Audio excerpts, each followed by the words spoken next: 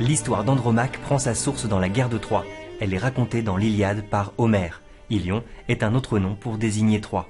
Tout commence avec Paris, le prince de Troie, fils du roi Priam. Un jour, 3 déesses viennent à lui, Héra, Athéna et Aphrodite.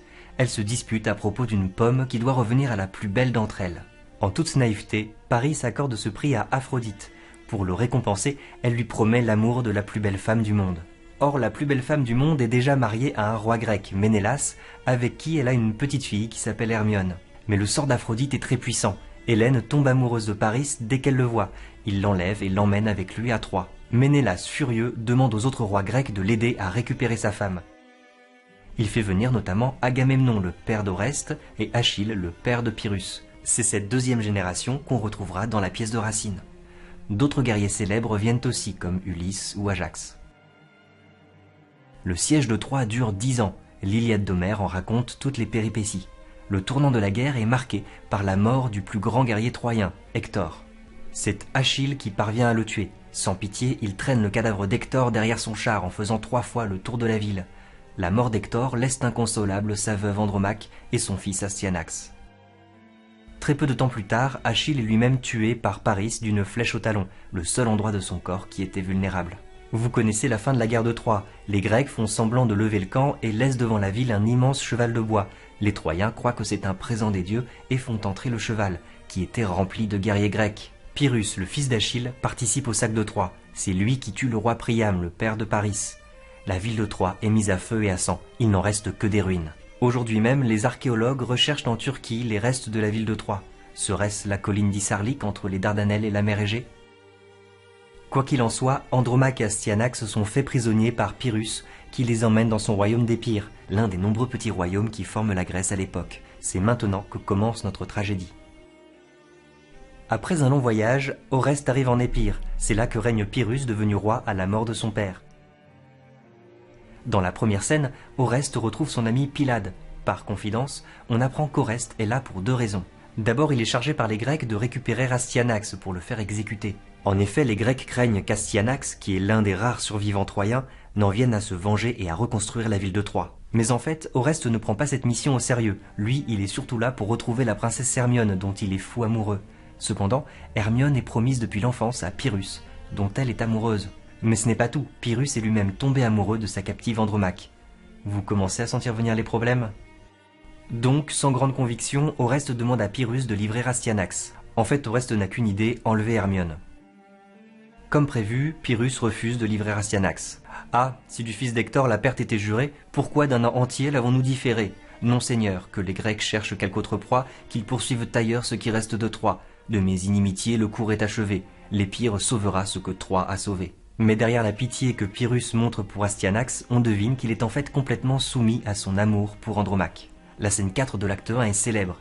Pyrrhus est tout fier d'annoncer à Andromaque qu'il a sauvé son fils Astyanax. Il se dit que c'est le moment ou jamais de lui faire une déclaration d'amour. « Madame, mes refus ont prévenu vos larmes. Tous les Grecs m'ont déjà menacé de leurs armes. Mais dussent-ils encore, en repassant les eaux, demander votre fils avec 1000 vaisseaux ? Je ne balance point, je vole à son secours. Je défendrai sa vie aux dépens de mes jours. Mais parmi ces périls où je cours pour vous plaire, me refuserez-vous un regard moins sévère ? Je vous offre mon bras.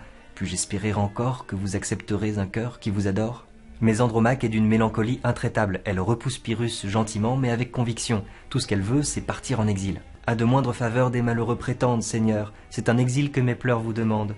Souffrez que, loin des Grecs et même loin de vous, j'aille cacher mon fils et pleurer mon époux. Votre amour contre nous allume trop de haine. Retournez, retournez à la fille d'Hélène.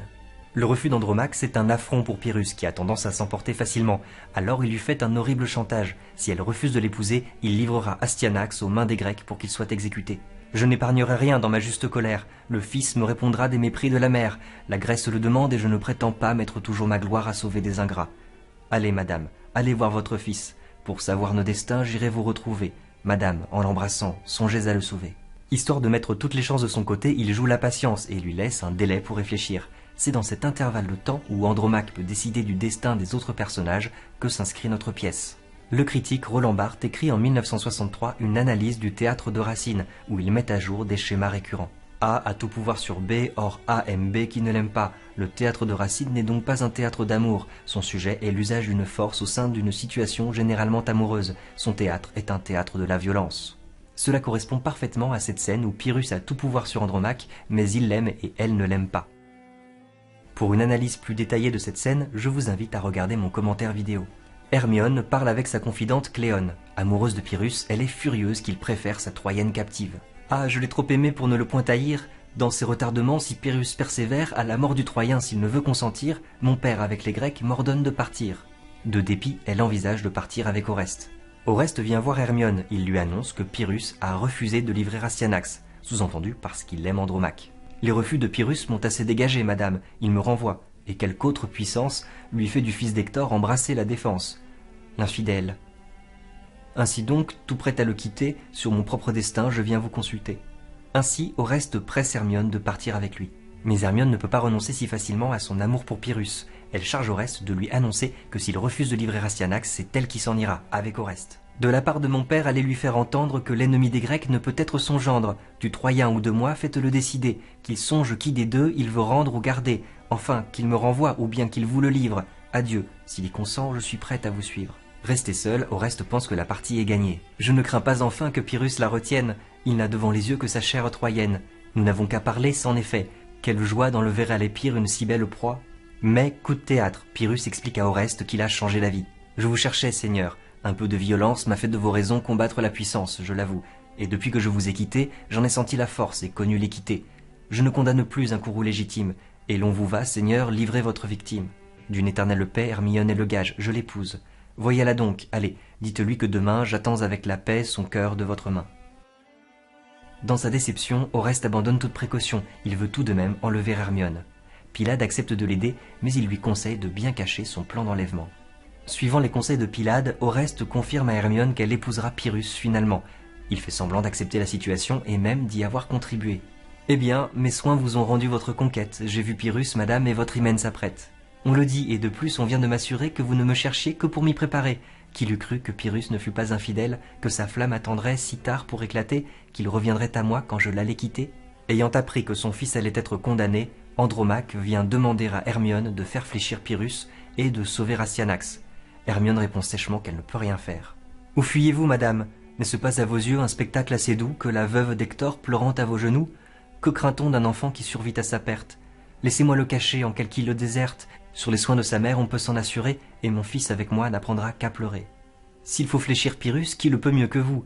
Vos yeux assez longtemps ont régné sur son âme, faites-le prononcer, j'y souscrirai, madame. » Andromaque, prête à se sacrifier, va demander elle-même à Pyrrhus de gracier son fils. « Ah, Seigneur, arrêtez! Que prétendez-vous faire? Si vous livrez le fils, livrez-leur donc la mère. Vos serments m'ont tantôt juré tant d'amitié. Dieu, ne pourrais-je au moins toucher votre pitié? Sans espoir de pardon, m'avez-vous condamné? Pourquoi me forcez-vous vous-même à vous trahir? Au nom de votre fils, cessons de nous haïr. À le sauver enfin, c'est moi qui vous convie. Faut-il que mes soupirs vous demandent sa vie? Faut-il qu'en sa faveur j'embrasse vos genoux? Pour la dernière fois, sauvez-le, sauvez-vous. Songez-y. Je vous laisse et je viendrai vous prendre pour vous mener au temple où ce fils doit m'attendre. Et là, vous me verrez, soumis ou furieux, vous couronner, madame, ou le perdre à vos yeux. » Pyrrhus met à nouveau dans les mains d'Andromaque son destin et celui des autres personnages. Dans sa préface à Andromaque, Racine explique qu'il a voulu adoucir la férocité de Pyrrhus. Comme le demande Aristote, un héros de tragédie ne doit être ni bon ni méchant pour provoquer la terreur et la pitié. Dans son chantage, Pyrrhus est à la fois odieux avec Andromaque et victime de son amour pour elle. Andromaque se demande donc si elle doit épouser Pyrrhus pour sauver Astyanax. Ses fils lui conseillent vivement d'accepter, Pyrrhus n'est pas un si mauvais parti après tout. Mais Andromaque ne peut s'y résoudre si facilement. Dans une longue description en forme d'hypotypose, elle rappelle le pillage de la ville de Troie. « Songe, songe ces filles à cette nuit cruelle, qui fut pour tout un peuple une nuit éternelle. Figure-toi Pyrrhus, les yeux étincelants, errant à la lueur de nos palais brûlants, sur tous mes frères morts se faisant un passage, et de sang tout couvert échauffant le carnage. Songe au cri des vainqueurs, songe au cri des mourants, dans la flamme étouffée, sous le fer expirant. Peins-toi dans ces horreurs, Andromaque éperdu.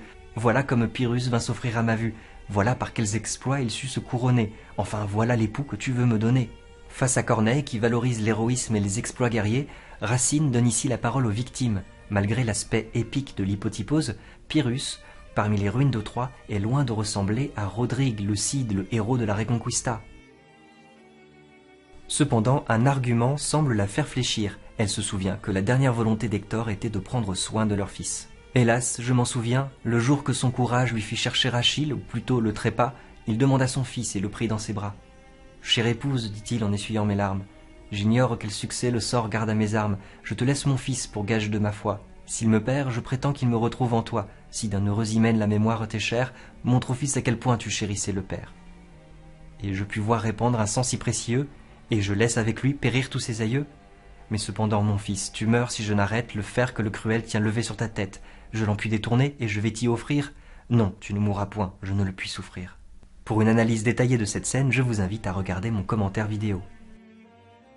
Nouveau retournement de situation. Désirant avant tout sauver son fils, Andromaque accepte d'épouser Pyrrhus. Mais bon, ne croyez pas non plus que Pyrrhus a gagné la partie. Andromaque explique à Céphise qu'elle compte se suicider ensuite pour ne pas être infidèle à son défunt mari. « Oh ma chère Céphise, ce n'est point avec toi que mon cœur se déguise. Je vais donc, puisqu'il faut que je me sacrifie, assurer à Pyrrhus le reste de ma vie.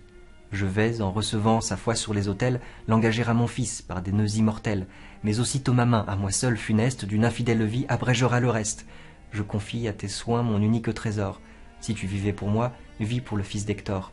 Parle-lui tous les jours des vertus de son père, et quelquefois aussi parle-lui de sa mère. » Apprenant que Pyrrhus accepte le mariage avec Andromaque, Hermione est furieuse. Elle se tourne alors vers Oreste et lui demande d'aller assassiner le traître. Oreste est d'abord déconcerté, mais il se laisse convaincre. « À peine suis-je encore arrivé dans l'Épire, vous voulez par mes mains renverser un empire? Vous voulez qu'un roi meure et pour son châtiment, vous ne donnez qu'un jour, qu'une heure, qu'un moment? Cette nuit je vous sers, cette nuit je l'attaque. » Mais cependant, ce jour, il épouse Andromaque. Enfin, qu'attendez-vous? Il vous offre sa tête. Sans garde, sans défense, il marche à cette fête. Soulevez vos amis, tous les miens sont à vous. Il me trahit, vous trompe et nous méprise tous. Conduisez ou suivez une fureur si belle, revenez tout couvert du sang de l'infidèle. Allez, en cet état, soyez sûr de mon cœur. Un peu tard, mais plein de bonne volonté, Pyrrhus décide d'annoncer lui-même à Hermione qu'il rompt tous ses engagements envers elle. « Je ne viens point armé d'un indigne artifice, d'un voile d'équité couvrir mon injustice. J'épouse une Troyenne, oui madame, et j'avoue que je vous ai promis la foi que je lui voue.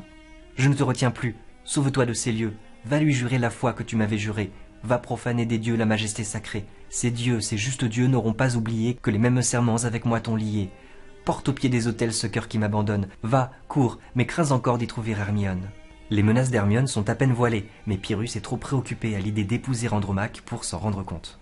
Pour une analyse détaillée de cette scène, je vous invite à regarder mon commentaire vidéo. Hermione, restée seule, ressasse les paroles de Pyrrhus. Muette à mes soupirs, tranquille à mes alarmes, semblait-il seulement qu'il eût part à mes larmes? Qu'il meure, puisqu'enfin il a dû le prévoir, et puisqu'il m'a forcé enfin à le vouloir. Oreste arrive alors. « Madame, c'en est fait, et vous êtes servie. Pyrrhus rend à l'autel son infidèle vie. Il expire, et nos Grecs irrités ont lavé dans son sang ses infidélités. » Il raconte alors le mariage de Pyrrhus avec Andromaque. Pyrrhus m'a reconnu, mais sans changer de face, il semblait que ma vue excitât son audace. Avec transport, prenant son diadème, sur le front d'Andromaque, il l'a posé lui-même. « Je vous donne, a-t-il dit, ma couronne et ma foi. Andromaque, régnez sur l'Épire et sur moi. Je voue à votre fils une amitié de père. J'en atteste les dieux, je le jure à sa mère. Pour tous mes ennemis, je déclare les siens, et je le reconnais pour le roi des Troyens. » À ces mots, qui du peuple attiraient le suffrage, nos Grecs n'ont répondu que par un cri de rage. L'infidèle s'est vu partout enveloppé, et je n'ai pu trouver de place pour frapper. Chacun se disputait la gloire de l'abattre. Je l'ai vu dans leurs mains quelque temps se débattre, tout sanglant à leur cou vouloir se dérober, mais enfin, à l'autel, il est allé tomber. Mais à la grande surprise d'Oreste, au lieu de le féliciter, Hermione l'accuse d'avoir tué celui qu'elle aime. Elle désavoue sa vengeance et n'assume plus le meurtre de Pyrrhus. « Tais-toi, perfide, et n'impute qu'à toi ton lâche parricide. Va faire chez tes Grecs admirer ta fureur. Va, je la désavoue et tu me fais horreur. » Resté seul, Oreste est indigné par l'ingratitude d'Hermione. « Quoi ? J'étouffe en mon cœur la raison qui m'éclaire, j'assassine à regret un roi que je révère, je viole en un jour les droits des souverains, ceux des ambassadeurs et tous ceux des humains, pour qui, pour une ingrate à qui je le promets, qui même s'il ne meurt ne me verra jamais, dont j'épouse la rage, et quand je l'ai servie, elle me redemande et son sang et sa vie, elle l'aime, et je suis un monstre furieux, je la vois pour jamais s'éloigner de mes yeux, et l'ingrate en fuyant me laisse pour salaire tous les noms odieux que j'ai pris pour lui plaire. » Pylade arrive alors et annonce qu'Hermione s'est suicidée. Oreste, au comble du désespoir, sombre dans la folie. Dans son délire, il voit Hermione accompagner des furies les divinités du remords. « Dieu, quels affreux regards elle jette sur moi! Quel démon, quel serpent traîne-t-elle après soi? Eh bien, filles d'enfer, vos mains sont-elles prêtes? Pour qui sont ces serpents qui sifflent sur vos têtes? Venez, à vos fureurs Oreste s'abandonne. Mais non, retirez-vous, laissez faire Hermione, l'ingrate mieux que vous saura me déchirer, et je lui porte enfin mon cœur à dévorer. » Pour une analyse détaillée de cette scène, je vous invite à regarder mon commentaire vidéo. Cette fin de pièce est particulièrement violente. Les 3 personnages soumis à leur passion sont détruits. Pyrrhus assassiné, Hermione suicidée, Oreste a sombré dans la folie. Le mélange de terreur et de pitié qui saisit le spectateur permet selon Aristote la purgation des passions, ce qu'il appelle la catharsis. Le personnage d'Andromaque, fidèle jusque dans la mort, est une grande figure du deuil impossible à faire. Je vois ce personnage comme une métaphore de l'histoire avec un grand H. Elle choisit le destin des autres personnages, car elle est dépositaire d'événements qui sont passés, mais qu'on ne peut ignorer parce que leurs effets sont bien présents. L'obstination d'Andromaque, c'est la métaphore du devoir de mémoire, c'est la voix des victimes qui se fait entendre à travers les bouleversements de l'histoire. Je trouve fascinant que cette figure féminine ait traversé les siècles et continue de rencontrer notre compassion et de nous émouvoir. Au XVIIe siècle, Henriette d'Angleterre, la belle-sœur de Louis XIV, accepta d'être la dédicataire de cette tragédie. Comme de nombreux spectateurs, elle versa des larmes lors de la première représentation. Je crois qu'aujourd'hui notre émotion est intacte quand nous assistons à un drame aussi atemporel et aussi profondément humain. Merci à vous de m'avoir suivi jusqu'ici, laissez-moi des commentaires, je vous répondrai avec plaisir. N'hésitez pas à vous abonner et à me suivre sur Facebook et Twitter. Au revoir.